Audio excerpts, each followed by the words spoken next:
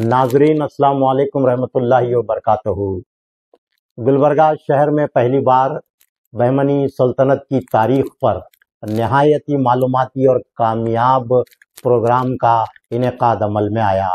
दक्कन की पहली मुस्लिम सल्तनत बहमनी सल्तनत के 677वें योम तासीस फाउंडेशन डे के मौके पर हजरत सूफी Sarmast Islamic study circle Gulbarga के ज़ेर एहतमाम हजरत ख्वाजा बंदा नवाज ऐवान उर्दू अंजुमन तरक्की उर्दू हिंद शाख गुलबर्गा में जलसा 677वां योम तासीस फाउंडेशन डे बहमनी सल्तनत का कामयाब इनेकाद अमल में आया।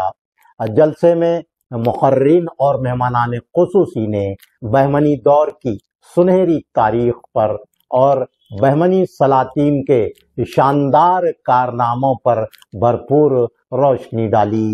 जलसे में इत्तेफाक राय से करारदाद मंजूर करते हुए हर साल बहमनी सल्तनत के योम तासीस फाउंडेशन डे को सरकारी सतह पर मनाने और गुलबर्गा से अनकरीब बेंगलुरु के लिए चलाई जाने वाली ट्रेन को बहमनी एक्सप्रेस के नाम से मौसूम करने, गुलबर्गा में बहमनी सल्तनत की तारीख से वाकिफ करवाने के लिए बहमनी म्यूजियम कायम करने और बहमनी दौर की तमाम तारीखी इमारतों को सयाहती मराकिज टूरिज्म प्लेसेस की हैसियत से तरक्की देने के मुतालबात किए गए।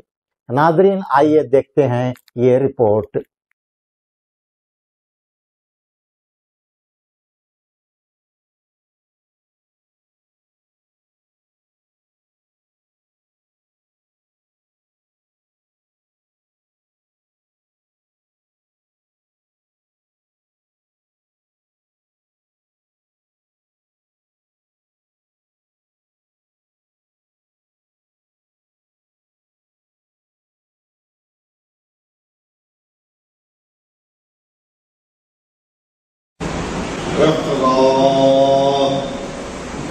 इक़रा बिस्मि रब्बिकल्लज़ी खलक़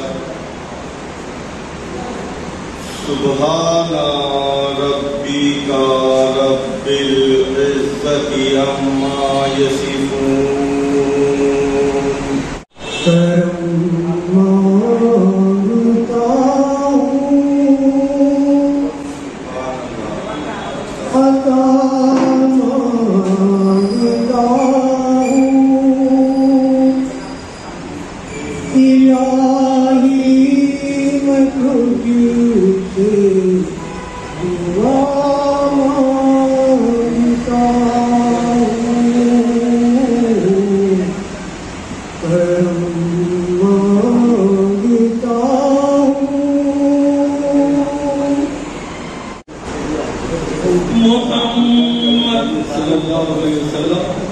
मोहम्मद की अज़मत को क्या पूछते हो,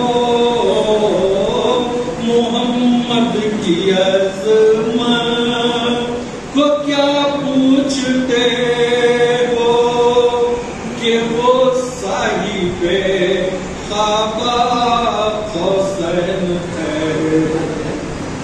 बशर की सरे अर्श मेहमान नवाज़ी, बशर की सरे अर्श मेहमान नवाज़ी, ये अज़मत नहीं है तो फिर और क्या है। सरज़मीने मदीने की तमन्ना है मुझको, सरज़मीने मदीने की तमन्ना है मुझको, यही आरज़ू है, वही मरना है मुझको। अदब अखलाक का दायरा वसीतर कर दो, अदब अखलाक का दायरा वसीतर कर दो, नेक अमल से अपने आप को बेहतर से बेहतर कर दो। खौफ दिन में घर कर लो, खौफ खुदा का अपने दिन में घर कर लो। पाना है अगर मीठा मत तो सबर कर लो। खुशाई का मौका दिया। आज जिस उन्वान पर मैं कुछ रोशनी डालूंगा वो है बहमनी सलातीन की फहरिस्त और उनका दौर हुकूमत। के बानी और बहमनी सल्तनत के पहले हुक्मरान, जो कि इंतहाई मायानाज शख्सियत के मालिक और बड़ी सिफत इंसान थे, किसी भी ताउफ के मुहताज नहीं, और जिनका दौर हुकूमत 1347 से लेकर 1358 तक रहा। फिर उसके बाद उनके फर्जंद अकबर मोहम्मद शाह, जिनको हम उमूमन मोहम्मद शाह बहमनी और मोहम्मद अव्वल के नाम से जानते हैं, और बेशुमार गुलबर्गा में और अतराफनाथ में तामीरात के लिए वो जिन्होंने मस्जिदी तामीरात करवाई, और जिनका दौर हुकूमत 1358 था, 1375 रहा। इस 17 साल दौर हुकूमत में मज़ीद बहमनी हुकूमत मुस्तहकम हुई। तो ये लोग इतने जलरस थे और नेक बादशाह थे, एक्चुअली सूफी बादशाह बोल सकते हैं आप।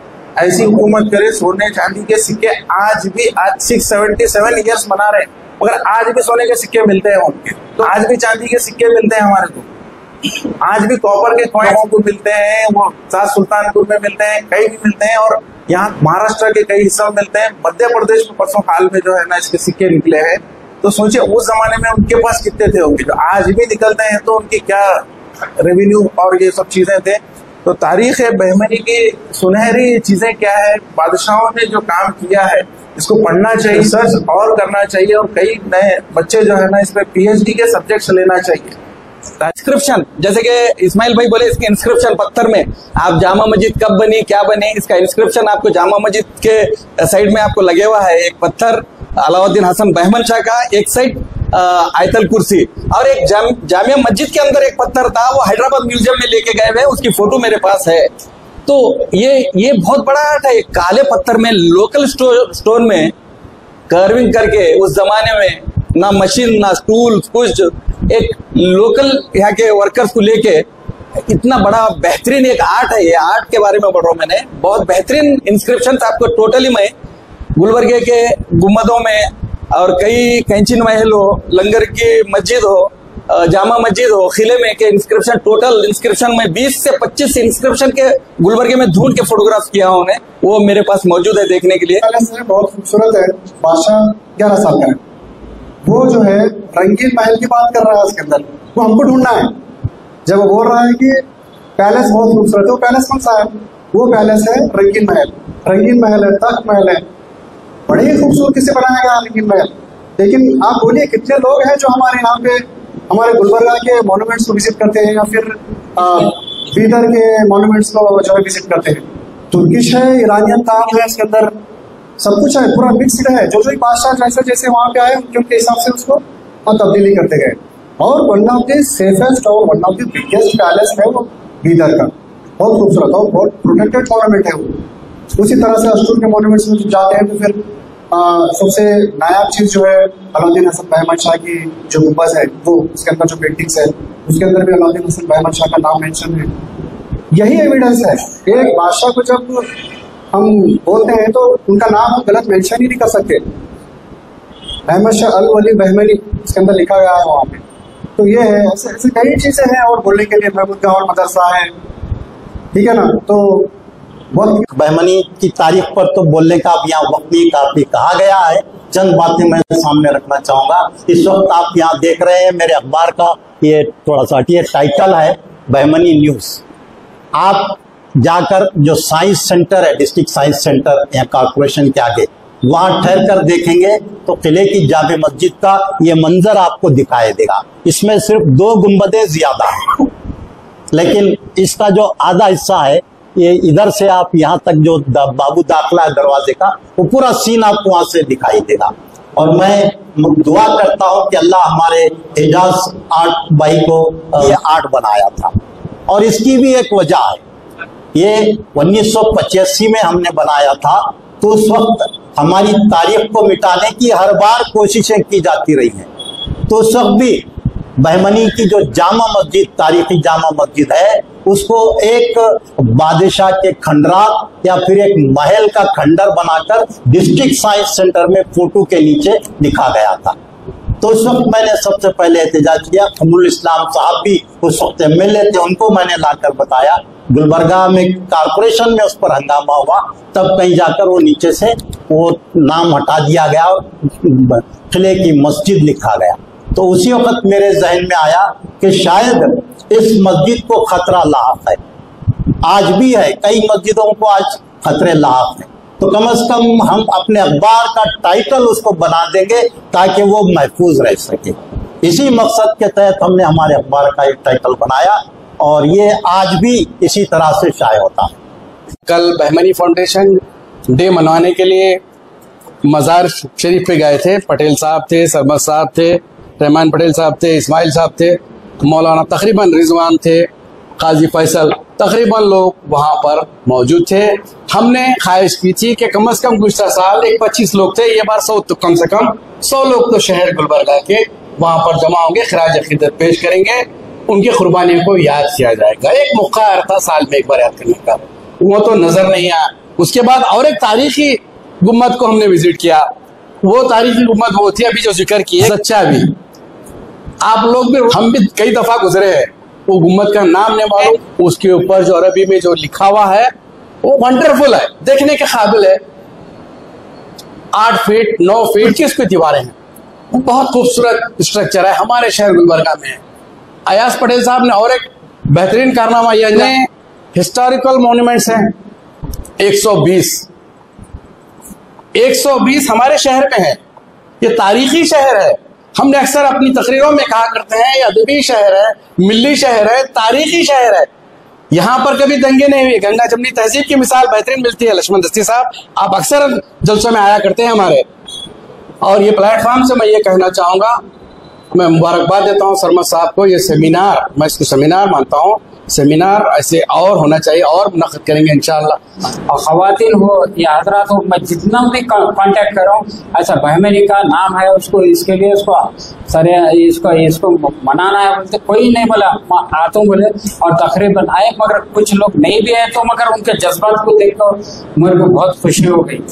और इस ऐसे जलसे में और गवर्नमेंट के MLA MP और जिस लोगों को मदद करना चाहिए, मदद करने से आके उन्होंने खुद बोले, तो जब उनको महसूस होता है जलसे में आए तो इसमें क्यों नहीं हम सरकारी तौर पर मनाना।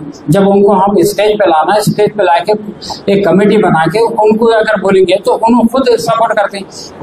मेरा एक अकीदा है, जिस सल्तनत की बुनियाद इखरा से रखी गई है,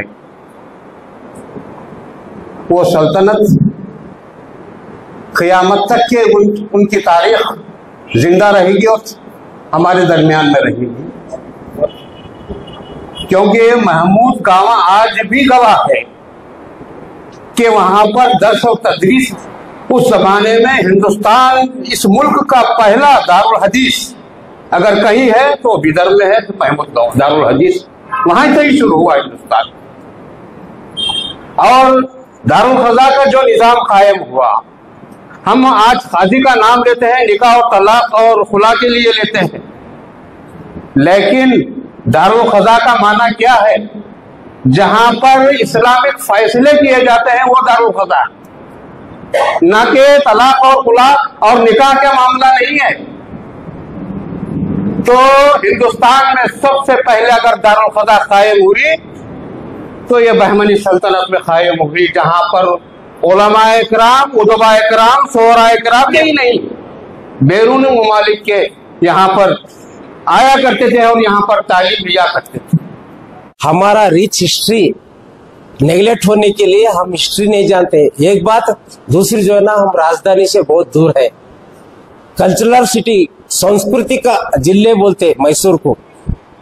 कल्चर का डिस्ट्रिक्ट कैसा हो सकता है? वो कल्चर आर्ट जो है ना खिला, हाँ, हिंदुस्तान को जो है ना हम रूल करने वाले लोगों को, डिस्ट्रिक्ट को जो है ना हमको नेगलेक्ट करते हैं। ये नाइंसाफ में है, सौतेली माँ का जो है ना रूल है। इसलिए जो है ना मैं इस जलसे के मौके पर हमारे district in-charge minister Priyank Kharge साहब को गुजारिश कर कि ये जो है ना बहमनी उत्सव जो है ना गवर्नमेंट आगे साल से मनाना। और आज के इस जलसे में मैं सरवर साहब के सदारत में मैं एक रेजोल्यूशन पास करने के लिए मैं उनसे गुजारिश करता हूं कि ये जलसे में, ये सेमिनार में हम एक जो है ना डिसीजन लिए, ये बहमनी उत्सव जो है ना हिंदुस्तान का एक अविभाज्य अंग है। कर्नाटक का जो है ना एक बहुत बड़ा रिच हिस्ट्री है। कल्याण कर्नाटक का शान है, इसलिए ये उत्सव जो है ना गवर्नमेंट ऑफ कर्नाटक से मनाना। ये जो है ना रेजोल्यूशन आज पास कर हम जो है ना मीडिया को भी देना, मिनिस्टर को भी देना।